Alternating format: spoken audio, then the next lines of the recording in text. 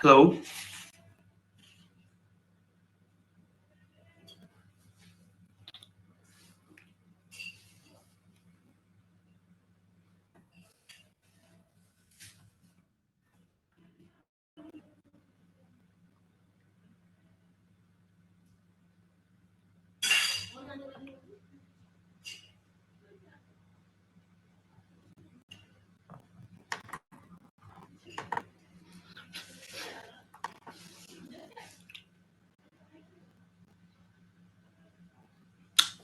Hello.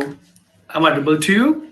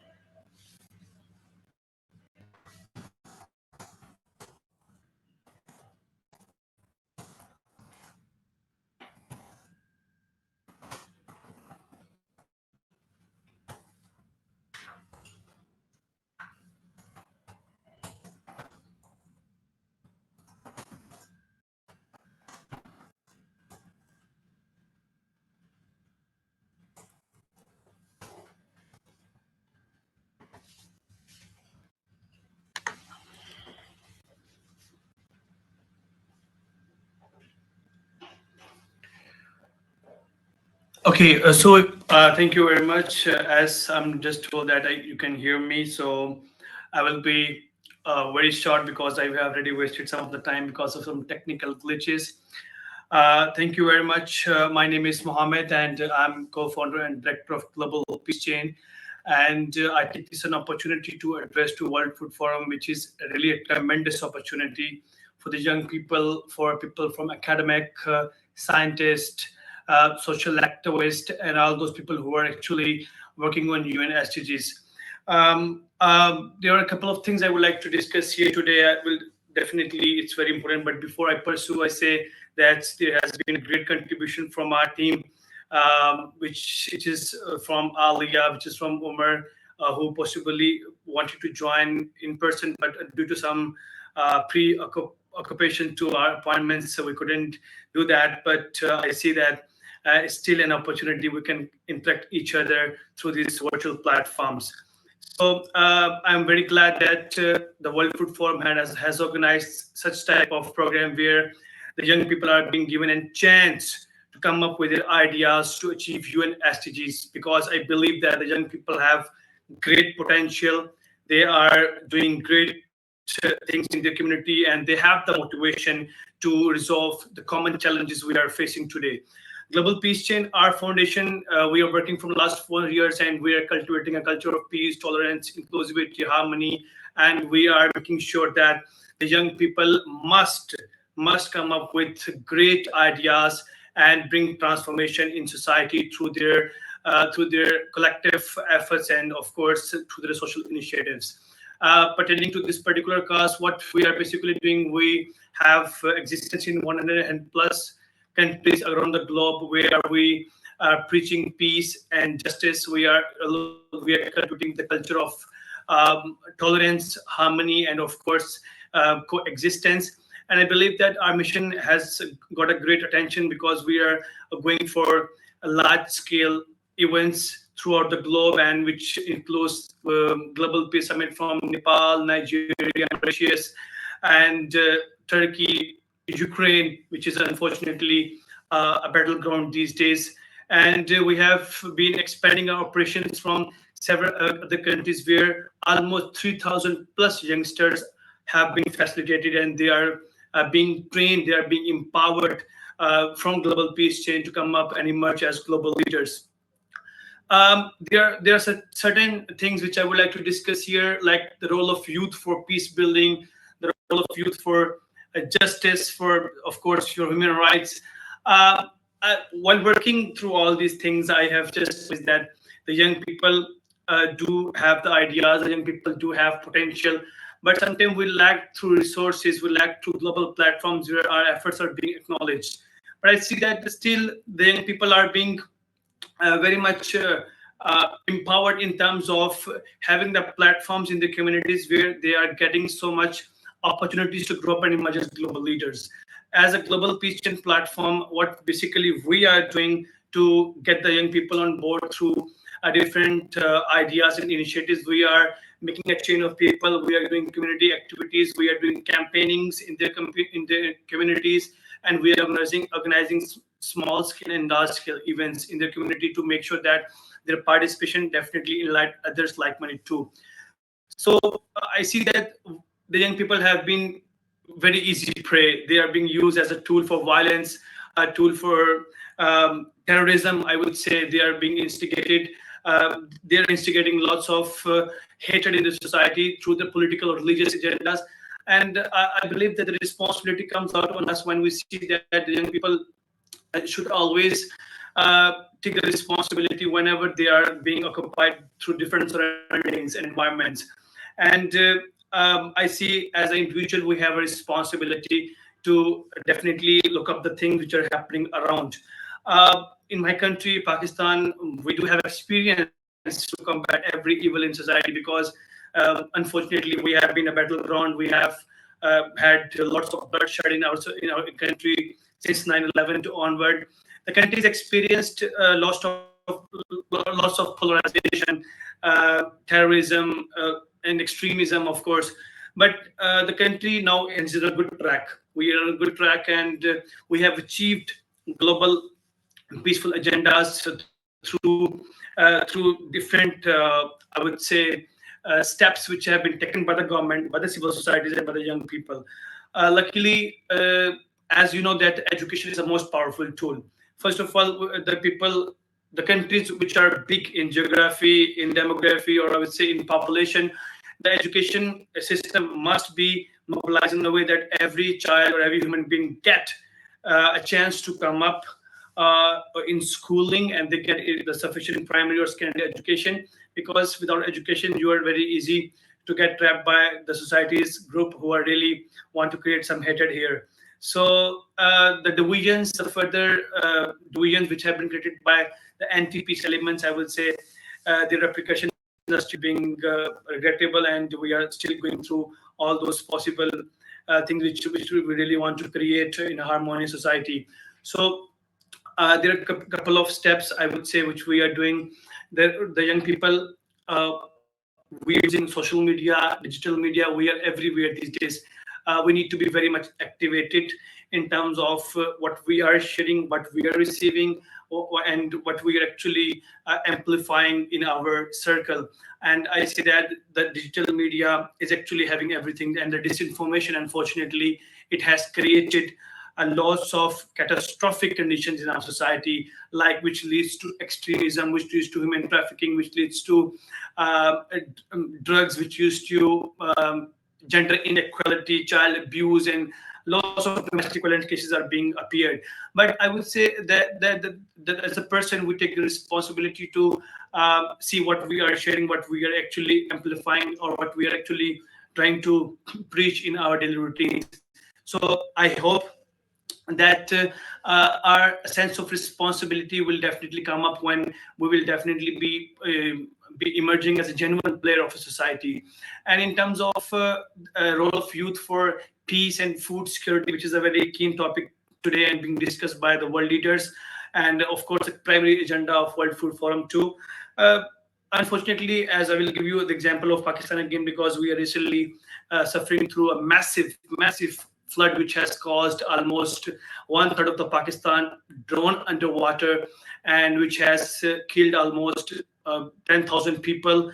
And the livestock, which is very important, I would like to tell you here, the livestock, millions of livestock has been killed by the catastrophic flood, and the prepared crops that have been damaged. It was in a million of acres, which led to migration of the factories to the urban areas, which led to which led to lots of problems in our society, and I would say a couple of things here.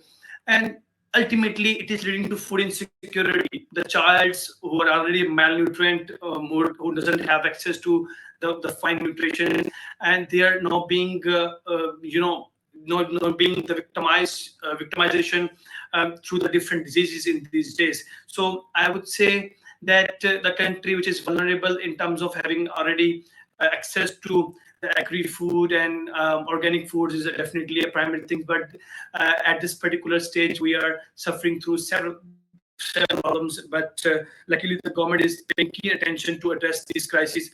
And the important thing is that whatever is happening in Pakistan today through climate change, of course, and the effects, we are the only 1%. We're only emitting 1% of carbon, and our contribution to pollute climate is not huge as compared to the big countries. But the repercussion, the circumstances we are facing today is actually the uncontrollable pollution being created to just due to the climate, and the aftershocks are being affected by a country like us. So I think that as a collective institutions, we need to take the responsibility that the agreement we have made through the UN about 7 SDGs, which where climate change and climate effects are the most important. I would say that the sense of responsibility by the nations is very important. So I guess that the rich countries, the countries with huge resources, they need to come up with more action plans, and the institutions like you and the institution like World Food Forum and the key institutions, they need to pay more attention to the countries who have vulnerable who are actually vulnerable and who doesn't have great infrastructure. So I guess that these type of like global issues can really be addressed if we pay key attention. So there are some proposals which we are doing, which I think the one we should do to combat food insecurity, specifically for the people who have low income, specifically those who are poor, who are underprivileged, and they doesn't have access to all the resources. But of course, the rich elites, they have resources to do anything. They can import anything. They can do whatever they want. But people with low income, with low, financial capacity, they cannot do that. We are encouraging and education to institutions through about the climate care, the environment care, where we are encouraging the young people, the students, to grow more plants. And fortunately, Pakistan is a pioneer country, and we have planted almost 1 billion trees, and we have got the great acknowledgement. And now we need to further expand this, because the recent flood has actually exposed our infrastructure and our all those efforts. And secondly, I would say we are encouraging local gardening, local production of the vegetables in small towns, in small rural areas, where the people can grow things in their own in their own land, in their own territory, and they can definitely produce their daily routine accessible for the food. So we are, of course, providing them specific seeds and all those resources which they are required. And luckily, once the things are on the track, and then definitely you can grow it again and again, and definitely it could be a real source of your food as well, for your routine food as well. And number 3, we are doing campaign on food waste. Actually, the wastage of food is too much these days. So we are trying to make this awareness to the people about the sufficient meal which we should take, and of course it will lead to it will have an impact on supply chain, definitely. And number 4, we are encouraging young people to become a responsible citizen in terms of helping and joining the local NGOs, the local societies, where they can definitely grab the remaining meal and can submit to the poor people in their communities, and they can help them to organize the food, of course, there. And number 5, which is very important, I would say, we are also encouraging young people to take some entrepreneurial initiatives, which leads to which we have been doing. Actually, we are actually making a cutter of food which we say Meals on Wheels, where we are distributing food among poor only, among the laborers, among the low wages, and giving them food on coast to coast. There is no profit, there's a non-profit idea. So we are giving them food, rice, chicken, or kind of those all those necessities, which is agenda of the day through meals. So we are trying to help underprivileged, and we are not giving them burden on their daily pocket. So I think that such couple of initiatives can really help them a lot to at least have the food for themselves. And but this is not sustainable. We can do it in such a small capacity. But as I would say, if we want to go sustainable, we want to really feed our people, we need to take initiatives in their homes, in their communities, where everything is prosperous and everybody is actually focused on their daily cultivations. So this is really possible if we join hands with international organizations, and the government of course is powerful. And unless until the government takes the responsibility, of course we can expect a huge impact. So I see that the sense of responsibility as a civil society, we should always work within our capacity, and we would just not rely on others to have the aid for us. Because I see, if you're running for a good work, if you're actually thinking to do something positive, you would have people who are really willing to help you a lot. I have seen this type of philanthropist capacity and wisdom through many young leaders, through many organizations during the flooding time in Pakistan. Luckily, we have been very much blessed by the people who are so big in by heart, and they are contributing huge money to make sure that the people who are suffering these days, especially with child and the women, they must not suffer, and we must go for the restorations as we are falling much behind. So collectively, I would like to conclude here. Collectively, I would say, young people, the role of young people for peace building, for coexistence, for interfaith harmony, for love is huge. Take the example that we are living together and we are celebrating unity, diversity, inclusion, and love.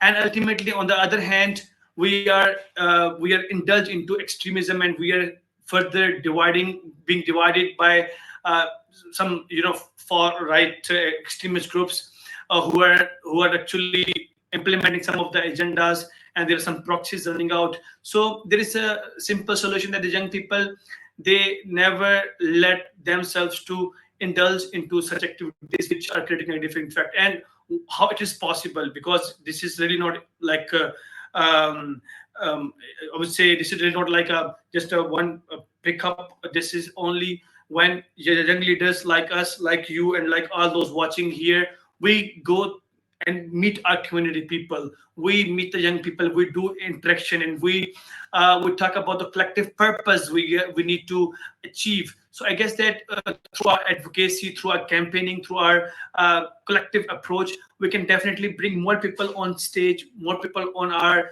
organizational platforms, where the things could be very much relevant. And this experience through Global Peace Chain, we have been very much blessed that our network in 150 countries, and the response is really overwhelming. And we're currently working in Burundi, we're working in Kenya, we are currently working in Nepal, Mauritius, where our huge impact-oriented initiatives are being taken out. So I guess that through our responsible and collective approach, we can achieve the lots of crises, which the challenges which are leading to the lots of crises. So I believe that the institutions like World Food Forum, like many others, can create a platform where the interaction of the young people will become more often, and we can definitely meet like-minded, create more opportunities, and have more interaction to make sure that our voice will and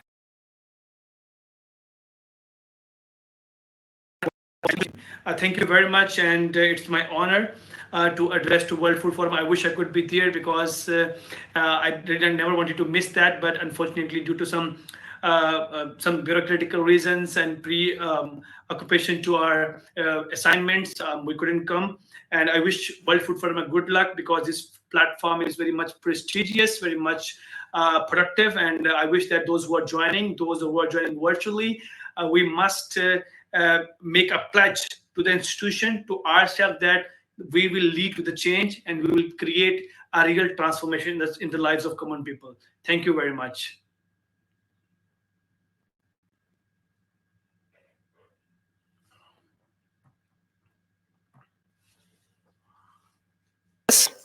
and he's co-founder of the Global Peace Chain, which is a worldwide peace building organization established in 2018 and have head office in United States of America and regional offices in Pakistan, Nepal, Burundi, and Mauritius for reinforcing youth leadership and development. The chain symbolizes the truth of diversity, inclusivity, harmony, coexistence, and compassion. As an influential network, they are galvanizing the youth to amplify their voices against social injustice, cultural ethnicity, and religious intolerance. So now we are in session of questions and answers.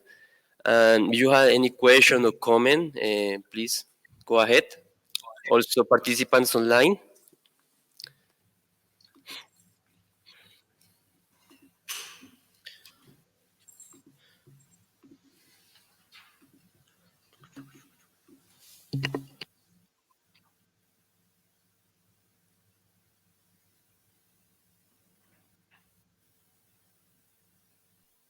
Don't be shy.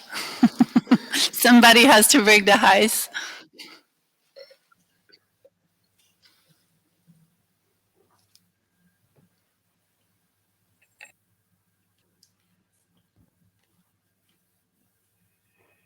Yes, please use the mic so that people online can hear you. Okay, thank you very much, Mohammed Ahmed, for your comments. Specifically, I would like to ask, I think you mentioned many challenges to your organizations facing extremism, religious intolerance, many other factors with global security, natural events, and how climate change is affecting the world. Among them, is there one that you can point out that is your biggest challenge among like resources, capacity building amongst youth? Is there one that you can address in particular as the largest challenge? Because I think you mentioned quite a few. Well, the largest challenge we are actually facing are the resources we really want to obtain for the young people, because without resources, without having such collaborations, we can really not go for like the huge capacity in terms of expansion of the operations. But luckily, as we are just moving on and we are just expanding our agenda in different countries, we are being met by the great institutions. We are being acknowledged by the government, by the Ministry of Foreign Affairs. And you will be glad to hear that once we propose our idea in Iraq, we also organized a global peace summit in Iraq. We had a collaboration with the Kurdistan Parliament, where we had a member of parliaments over there. So there are collective challenges we are facing, but I think that we're just not thinking about the issues, the problems we could face, but we are going for the solutions. And while expanding our collaborations, while working with the institutions and having them networking on the board, so I guess that these are being solved out, but sometimes we face some kind of you say negative impressions from the community groups, where when we go out for a positive campaigning, when we try to acknowledge things which have been done by the young people, we face lots of resistance. The resistance in terms of it's not only in Pakistan but all over the world, as I was being reported by the team members in Africa, that there is a great resistance from the militant groups over there, that they are not allowing them to interact with the young girls over there. They are not allowing them to speak with the religious institutions, because we believe that the inclusive participations of the religious students, the educational students, that people are from the academics, they definitely are the important organs of the society. So sometimes the capacity of the capacity and I would say the term is very different while working in different groups, because every country has a different situation, and as we are a global foundation, we face several extreme issues in different countries. I just told you here. So we also face some threats. We also face lots of resistance from the people. But I think that we are unstoppable, and we have this courage to combat every challenge. But as you know, we are peaceful. We are peaceful with young group, and we do not want to go with violence anywhere. But we want to just preach love and humanity. And the major things which we can agree on is not religion, not country, not tradition, not culture, but humanity, and we all agree on that. So I guess that's very easy. I have a question from a friend here that how do we fund all those activities? That is a very good question, and I would like to just not only respond to this question, but I would like to encourage you all to adopt this model. We have a sustainable financial model which says that we are not depending on the institutional funding. We are not just only depending on some international foundations to fund us and deliver an operation. Sometimes it creates a barrier when you just depend on a particular group. We have a sustainable models. We have members around the globe who contribute on the monthly basis. We have the corporates on the board who are actually contributing from their CSR. So other than that, we are working with the embassies, we are working with the governments, we are working with the universities, where we are obtaining free resources, and we are also being helped in order to arrange our logistics. So these 5 or 6 things which makes us able to at least arrange 60 to 70%. And other than that, whenever we organize some events or activities, we try to engage the local organizations on board, where we divide our expenses, or of course, all those activities which help us to get the resources. And other than that, we utilize our platform for online fundraising. So going through all 6 to 7 basic pillars or fundraising, we are really obtaining a major resources from our partners, from our friends, and that makes us to keep growing and not depending on one thing at least. Thank you, Muhammad. And if there is any other question here, you can go ahead, please. We have another question in the chat. The Q&A session is, how is intergenerational gap hindering youth's work towards food insecurity? Well, I think that I have responded this already, as the international foundations currently are playing a very pivotal role to combat food insecurity. And just look at Yemen. I know that all of you know about Yemen, which is facing huge famine, food famine, and crisis in the country. And you have seen the babies which doesn't have skin on their bodies, even just the bones, and they're still breathing. And I would say in Burundi, in many other countries who are war-torn, who are actually extremely vulnerable due to being having capacity much low. Trust me that the countries are facing huge and immense food resources and supplies.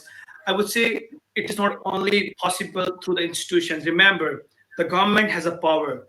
The international institutions like the United Nations, where the 193, 197 countries have pledged out to be really have an agreement to their all the agendas and all the shares. We need to activate our governments. We need to activate our institutions to come up with a complete action plan to end up to the wars, to end up to all those things which are really creating lots of huge polarization in our society. Just look at Russia and Ukraine. What is happening due to this war? The oil prices have been increased, and even we were taking oil from Saudi Arabia and from other countries as well. So the price increased. The price has impact on our country, on the lives of the people, and the people who are low wage, they cannot afford. And it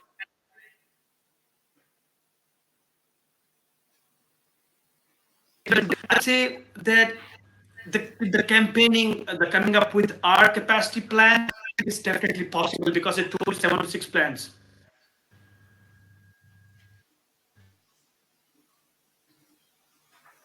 Thank you. Is there any other question from the floor?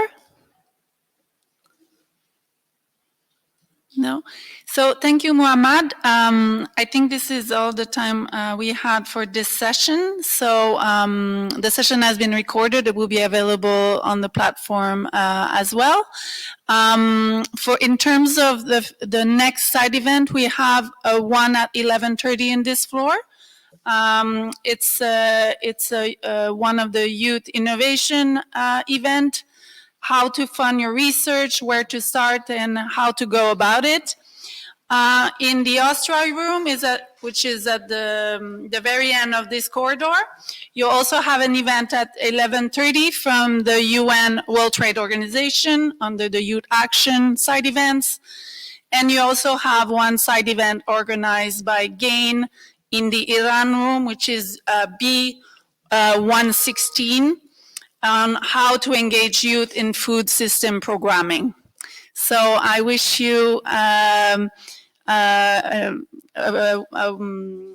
good rest of the day. Please go to the other event. And thank you again, Ouamad, for joining us and being patient with our technical issues. Thank you, everyone.